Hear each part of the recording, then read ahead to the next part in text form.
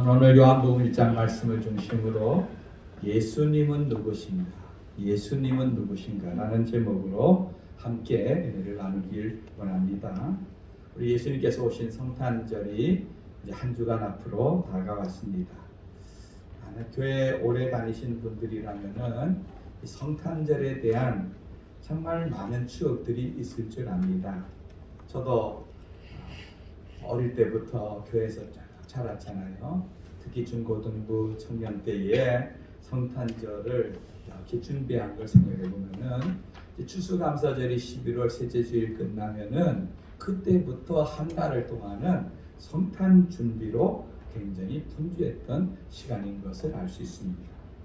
그 당시 제일 먼저 하는 일은 이제 산에 올라가서 나무를 찍어 오는 겁니다. 요즘 같으면 큰일 나죠. 그런데 그 당시는 참 그냥 산에 올라가서 이렇게 틀이라든가 이런 게 없으니까 소나무나 이런 것 중에서 아주 가지가 예쁜 이런 것들을 잘라서 화분에다 심고 그곳에다가 트리를 했던 기억이 납니다. 그리고 쌀이나무를 배웁니다. 쌀이나무는 뭐에 쓰냐 하면은 이거는 그 당시는 성탄절에 새벽송을 돌았습니다. 새벽송을. 그런데 새벽송을 돌려면은 등이 있어야 되지요. 그죠? 요즘은 후레쉬나 이런 거 있지만 그 당시는 그런 것이 흔하지 않은 시대이기 때문에 성탄등을 만드는데 성탄등 하나 만들려면요 며칠을 쌀이 나무를 반으로 자르고 그 육각형으로 이렇게 모를 내서 그 6개를 만들어서 거기다 창호지를 붙이고 실로 묶고 그리고 거기다가 글씨를 쓰고 철사줄로 매고 이렇게 해야지만 성탄등 하나가 됩니다. 그걸 저녁마다 모여서 만들고 또 성탄 성극 연습, 성탄 연습으로 매일 저녁에 모여서 하고 정말 신나고 바빴던 그런 일들이 이제 새롭게 기억이 되어집니다. 여러분들도 아마 각각 추억이 많이 있을 겁니다. 여러분 이 땅에 오신 예수님을 기록한 책을 복음서라 합니다. 우리가 아는 복음서는 마태복음, 마가복음, 누가복음, 요한복음 이렇게 4권이죠. 그런데 이 마태, 마가, 누가복음을 공통적인 명칭으로 공관복음이라고 합니다. 공관복음. 공관복음이란 뜻은 공통적인 관점에서 기록되었다. 그래서 마태, 마가, 누가복음을 읽어보면은 그 속에 전개되어지는 그 내용이나 모든 것들이 거의 비슷비슷합니다. 거의 비슷비슷합니다. 물론 각각 자기들이 전하는 그 복음의 대상자들에 따라서 예수님을 소개하는 그 모양은 조금씩 다르지만 기록한 시기도 거의 같은 시기에 기록하고 내용도 비슷해서 그들을 전부 묶어 공관복음이라 합니다. 그런데 오늘 우리가 읽은 요한복음은 이 공관복음과는 적어도 30년 늦게 기록되었습니다. 그리고 공관복음에는 한 번도 등장하지 않는 새로운 이야기들이 굉장히 많이 기록되어 있습니다. 예를 들면은 니고데모가 밤중에 예수님을 찾아가서 만난 사건, 그리고 예수님이 사마리아 수가성 여인과 만나서 그 여인을 구원하고 그 마을을 구원한 사건, 이런 사건은 마태, 마가, 누가복음은 전혀 나타나지 않는 사건입니다. 그런 것을 요한은 그것을 기록하고 있는 것을 알 수 있습니다. 이 요한복음을 기록한 사람은 예수님의 12제자 중에 하나인 사도 요한입니다. 이 사도 요한은 성경학자들이 추측으로는 예수님의 12제자 중에서 가장 나이가 어렸고 그리고 가장 먼저 예수님의 제자가 된 사람이고 가장 늦게까지 생존해 있었습니다.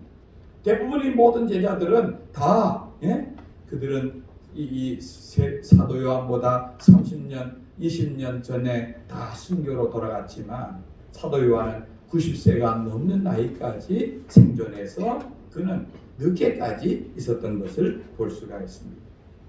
그 요한은 자기 자신을 이렇게 소개합니다. 요한복음 21장 20절 우리 한번 읽어봅니다. 시작. 베드로가 돌이켜 예수께서 사랑하시는 그 제자가 따르는 것을 보니 그는 만찬석에서 예수의 품에 의지하여 주님을 파는 자가 누구오니까 묻던 자더라. 아멘.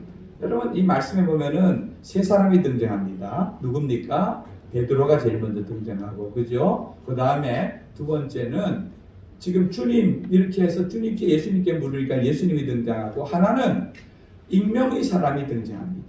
익명의 사람을 여기 두 가지로 소개하고 있습니다. 여기 보면 예수께서 사랑하시는 그 제자, 예수님 12제자가 있는데 예수님께서 사랑하는 그 제자, 또 그리고 하나는 더 두 번째로는 그가 만찬석에서 예수님의 품에 의지하여 누워있던 자. 예수님이 마지막 만찬을 할 때 예수님이 가장 옆에서 예수님께 기대어서 예수님께 묻던 그 사람.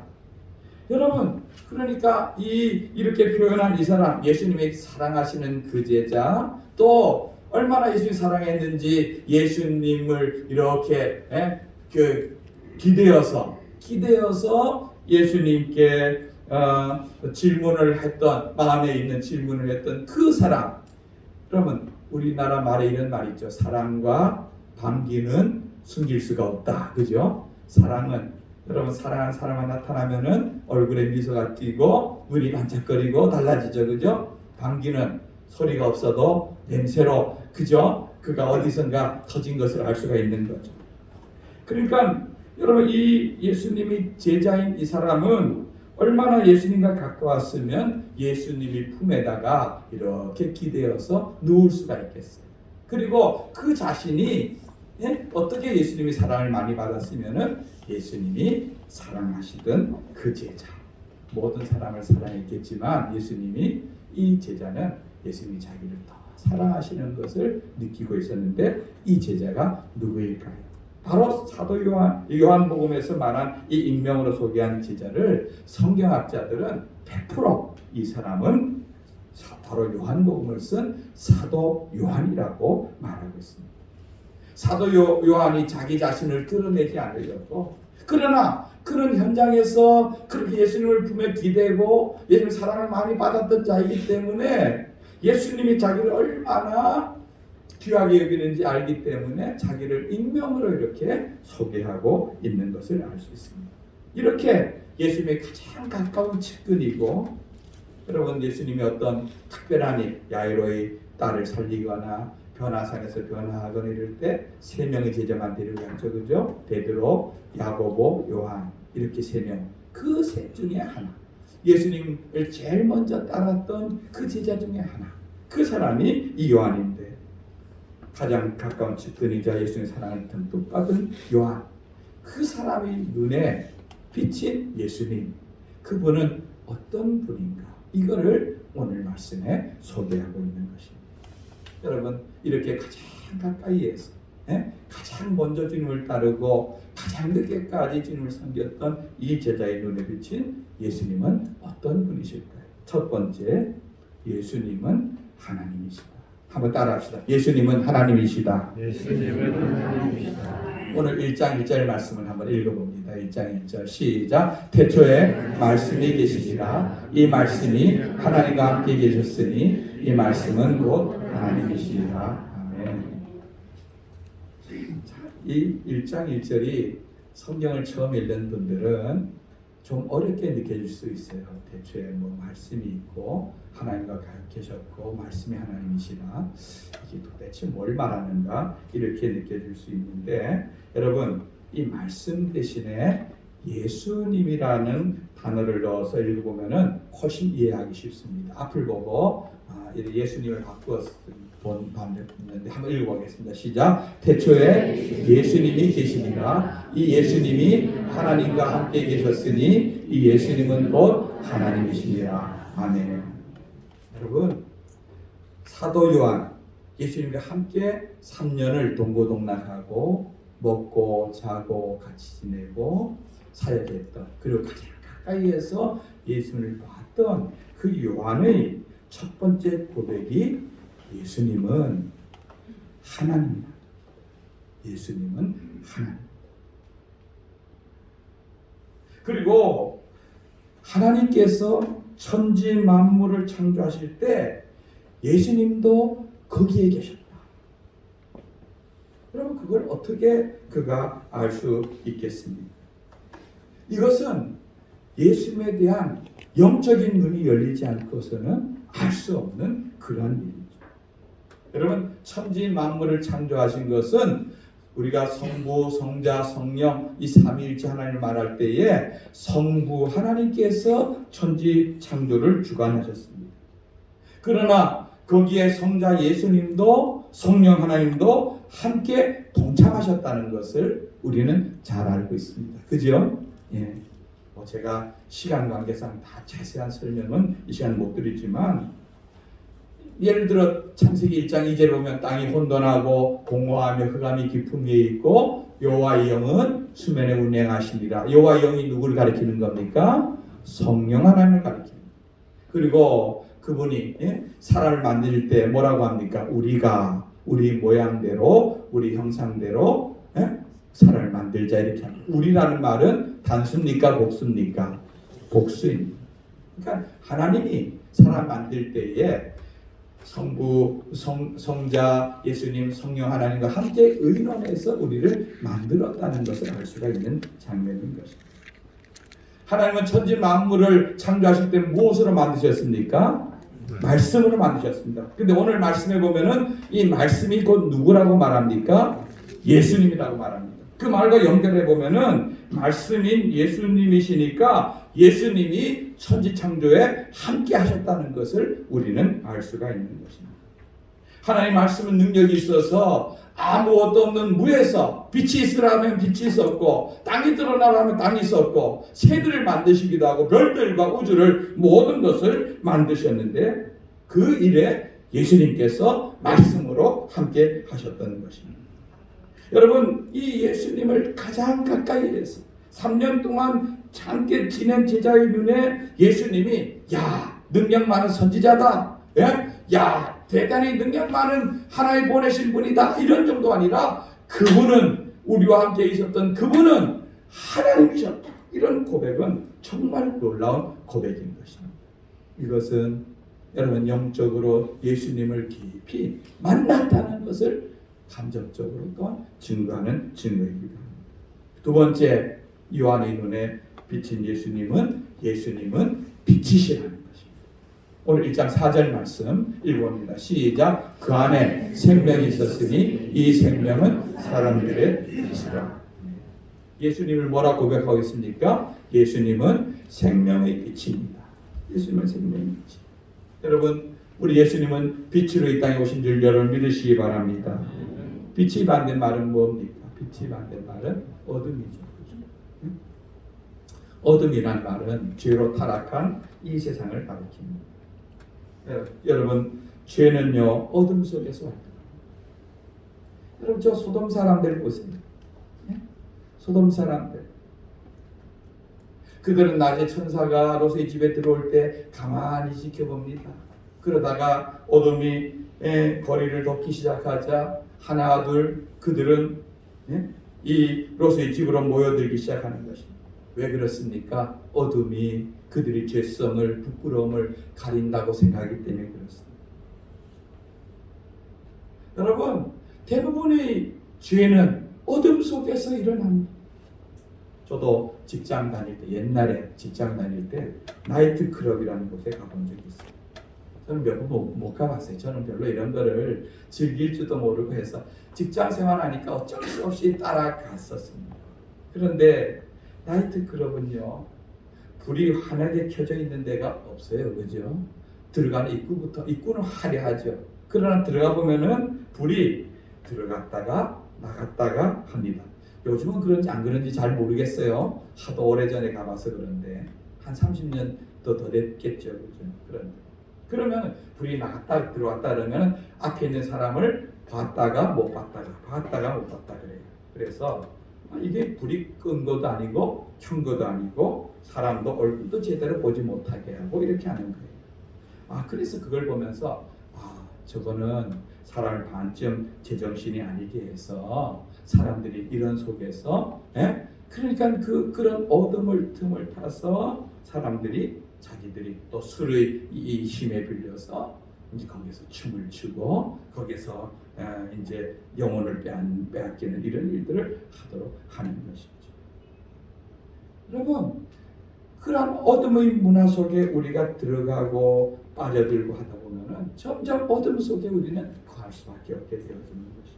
여러분, 저와 여러분들은 우리 예수도의 빛을 받은 자들인 줄 믿습니다. 그러므로 이제 어둠의 일, 이런 죄의 일들을 버려야 되는 것입니다. 여러분, 때로는 우리가 이렇게 길을 가다가 큰 돌멩이를 이렇게 열어보면은 돌멩이 안에는 밑에는 어둠이 잔뜩 있었잖아요, 그죠? 그러다가 갑자기 빛이 싹 들어가면은 그 속에 숨어있던 벌레들이 어떻게 합니까? 순식간에 그들이 어둠 속으로, 불 속으로 싹 사라지는 것을 여러분 본 적이 있으시죠? 그죠? 본 적이 있으시죠? 그 모습이 마치 죄 속에 살아가는 사람들의 모습입니다. 죄를 지으면 사람들이요 부끄러워서 옷으로 얼굴을 가리지 않습니다.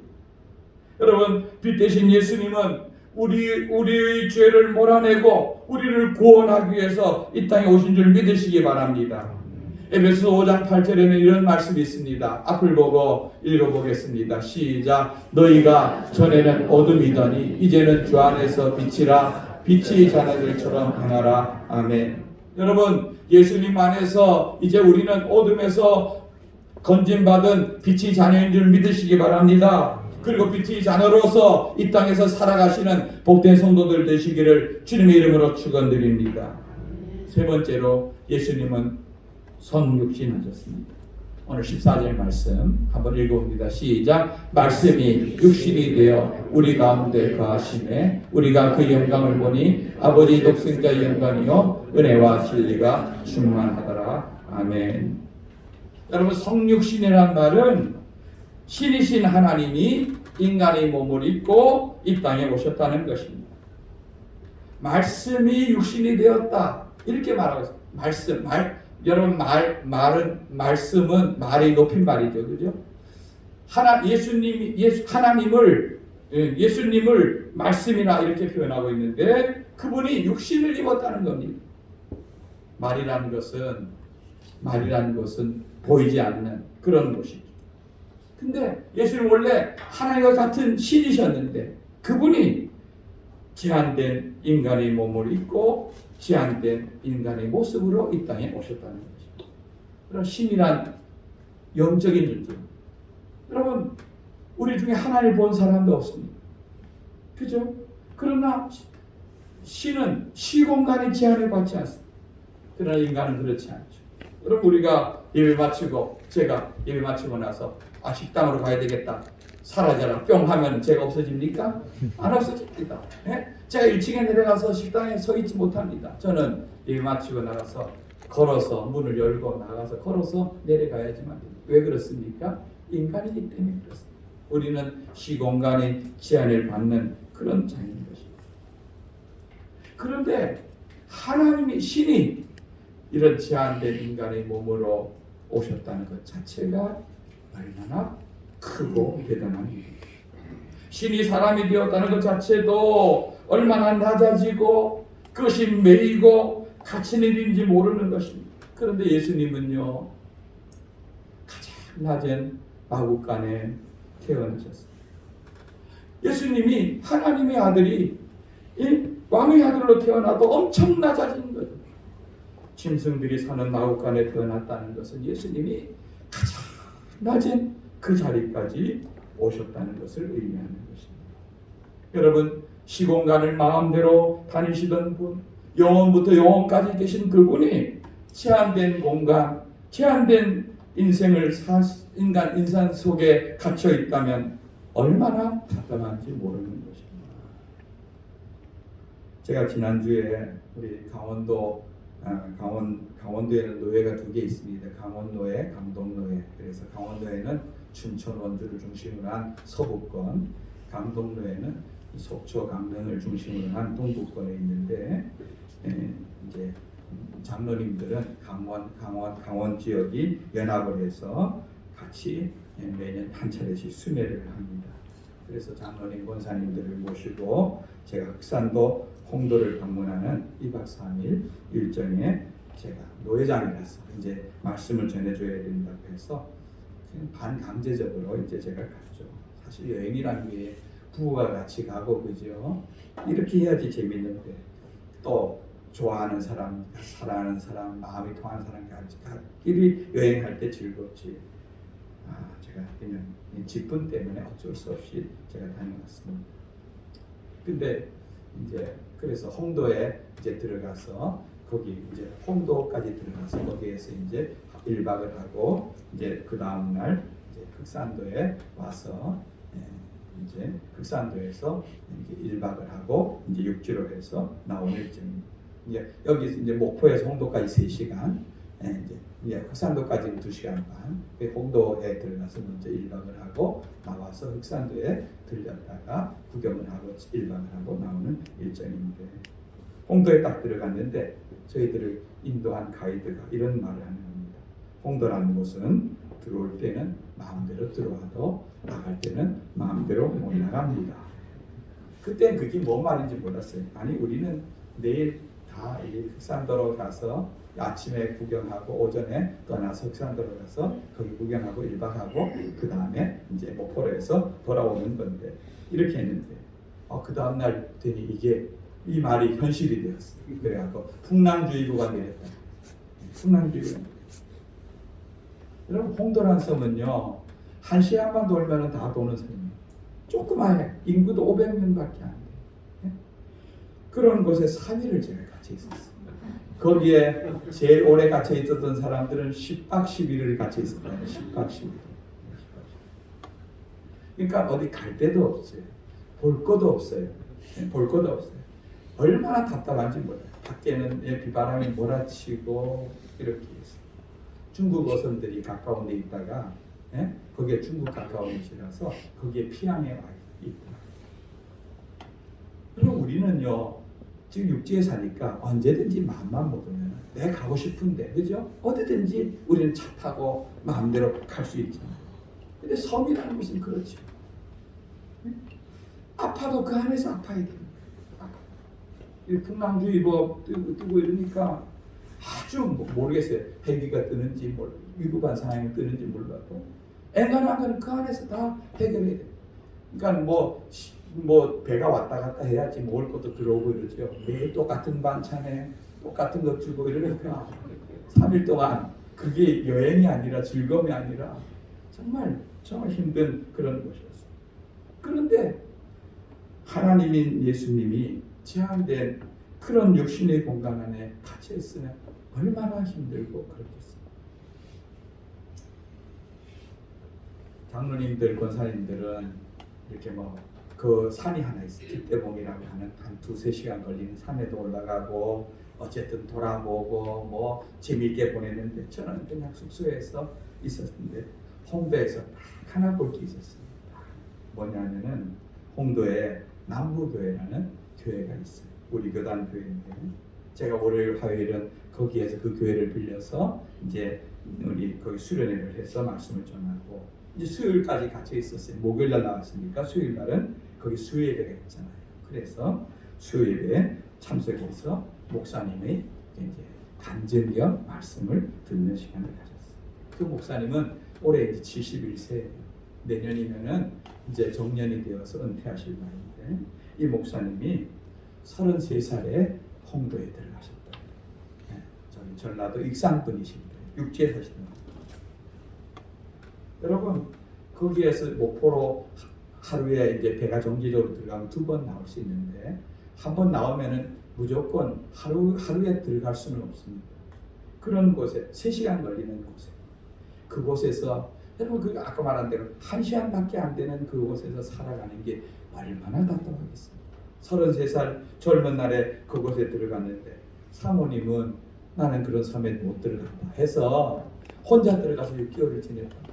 그 6개월 뒤에 사모님이 이제 100일 된 핏덩이 아이를 데리고 이제 목사님이 안 나오시니까 이제 그 섬에 들어가는 겁니다. 그런데 성도들이 해봐야 고작 한 10명 되어지고. 여러분 옛날 38년 전에는 얼마나 생활이 어려웠겠어요. 얼마나 어려웠겠어요. 그러니까 이분이 몇 년 견디다 보니까 야 내가 여기서 평생을 지낸다는 것이 너무나 힘들고 어려우니까 사모님한테 나가자. 응? 나가자. 떠나자. 응?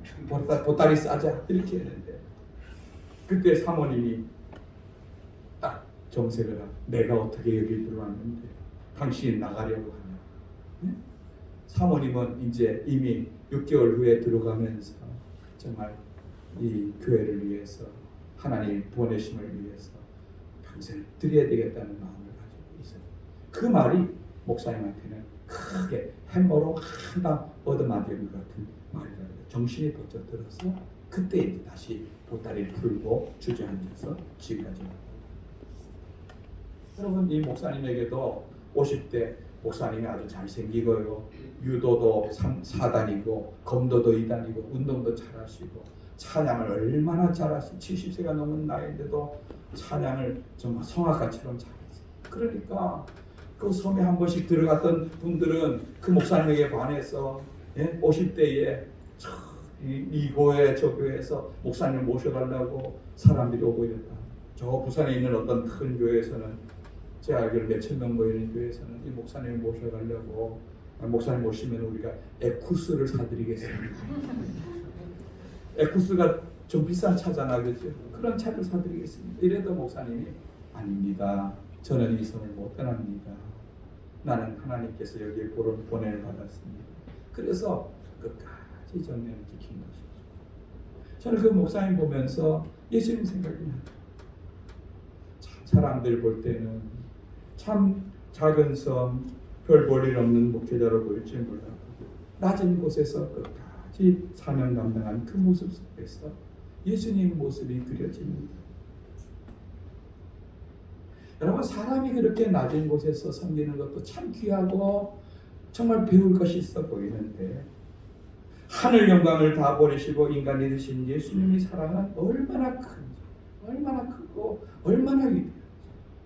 여러분 왜 예수님이 하나님이신데 빛이신데 이 하나님의 빛으로 이 땅에 오셔서 성육신 하셔서 이 땅에 오신 이유가 뭡니까? 그 오신 이유는 이 생명의 빛을 이 흑암에 있는 사는 백성들에게 비추어서 그 사람들을 하나님의 자녀 삼기 위한 줄 여러분 믿으시기 바랍니다. 요한복음 1장 12절 말씀을 우리 한번 읽어보기로 합니다. 시작. 영접하는 자, 곧 그 이름을 믿는 자들에게는 하나님의 자녀가 되는 권세를 주었으니 아멘. 여러분 영접이란 말은 무슨 뜻입니까? 영접. 여러분 예수님 영접하셨습니까? 영접이란 말은 어떤 귀한 분을 내가 정성을 다해 마음에 모시는 것을 영접이라 합니다. 그죠? 대통령이나 우리 삼척시장이나 높은 분이 오면 우리가 마음을 다해 청소를 집을 다 하고 정성을 다해 그분을 모시듯이 예수님을 나의 마음의 주인으로 모셔드리는 겁니다. 영접이 뭐냐면은 곧 그 이름, 곧 다시 띄워주세요. 곧 그 이름이 누구 이름입니까? 그 이름은 예수님의 이름입니다. 예수님의 이름의 뜻이 뭡니까? 예수님은 마태복음 1장 21절에 보면은 천사가 요셉에게 이렇게 말합니다. 아들을 낳을 것이라 그 이름을 예수라 하라. 이는 그가 자기 백성을 그들의 죄에서 구원할 자이시라. 다 같이 한번 따라. 예수님은 다 따라하십니다. 예수님은 죄에서 우리를 구원할 자다. 이게 예수님의 이름의 뜻이에요. 예수님이란 뜻은 구원자인데 죄의 문제에서 우리를 구원할 자로 예수님이 오신 것입니다. 어둠에 사는 어둠의 자식들에게 빛을 비추어서 하나님의 자녀 되게 하시도록 하신 것이 예수님의 모습인 것입니다. 그래서 그 하나님의 예수님을 모셔드리고 예수님의 빛을 받은 자는 하나님의 자녀가 되는 권세를 주신다고 했습니다. 여러분 자녀는요 아버지 집에 언제든지 갈 수 있죠. 우리 자녀들이 학교 가서 놀다가 친구들 보고 야 우리 집에 놀러 가자 하죠. 그죠? 우리 집에 놀러 가자 하죠. 그죠? 우리 아버지 집에 놀러 가자 합니까? 엄마 집에 놀러 가자 합니까? 우리 집에 놀러 가자 합니까? 우리 집에 놀러 가자 합니다. 그 아이들이 그 부모님이 아파트 살 때 돈을 보태서 사서 우리 집이라 할 수 있습니까? 아무 권한이 없습니다. 그냥 아버지 어머니가 샀으니까, 그죠? 근데 자기는 뭐니까? 그 집에 뭐니까? 자녀니까 우리 집인 겁니다. 우리 집인 겁니다. 우리가 하나님의 자녀니까 하나님 나라가 우리 집인 줄 믿으시기 바랍니다. 우리는 하나님 나라에 갈 수 있는 게 내가 무슨 잘나서 가는 겁니까? 내가 하나님의 자녀가 되었으니까 자녀의 권세를 가지고 아버지 집에 가는 것은 당연한 건 아닙니다. 당연한 거. 때로는 우리가 자녀들이 바깥에 놀다 보면은 비가 오고 이러면 옛날에는 그 비 갖고 장난치고 이렇게 재밌잖아요, 그죠? 그러면 옷이 다 아래가 물에 빠진 생쥐처럼 되잖아요, 그죠? 그래도 집에 들어갑니까, 안 들어갑니까? 들어갑니다. 왜요? 생쥐 같은 자는 못 들어갑니까? 아닙니다. 무슨 권세로 들어갑니까? 자녀의 권세로. 한 대 맞죠? 궁뎅이 이놈아 이렇게 왜 지저분하게 살았는지 이렇게 하고 왔느냐? 맞지만 자녀의 권세로 가는 거예요. 우리가 이 땅에서 하나님의 자녀가 되어서 여전히 부족해서 넘어지고 죄로 죄짓고 하지만 우리가 하나님 자녀 하나 앞에 가는 것은 우리가 깨끗하고 의롭고 대단해서가 아니라 하나님 자녀의 권세로 가는 줄 여러분 믿으시기 바랍니다. 믿으시기 바랍니다. 말씀을 정리합니다. 우리 예수님은요 하나님이셨습니다. 하나님이십니다. 예수님은 빛이십니다. 예수님은 하늘 영광을 버리시고 낮은 땅에 빛으로 오셨습니다. 낮은 곳에 육신의 몸을 입고 오셔서 우리에게 모든 것을 다 주었습니다. 우리는 그 사랑을 힘입어서 그의 자녀가 되었습니다. 여러분, 우리는 주님의 자녀이고 하나님의 자녀인 줄 믿습니다. 그 사랑을 잊지 않고 믿음으로 주님 안에 살아가는, 그리고 이왕 자녀된 김에 주님께 하나님께 효도하는 그런 복된 성도들 되시기를 주님의 이름으로 축원드립니다. 우리 말씀 붙잡고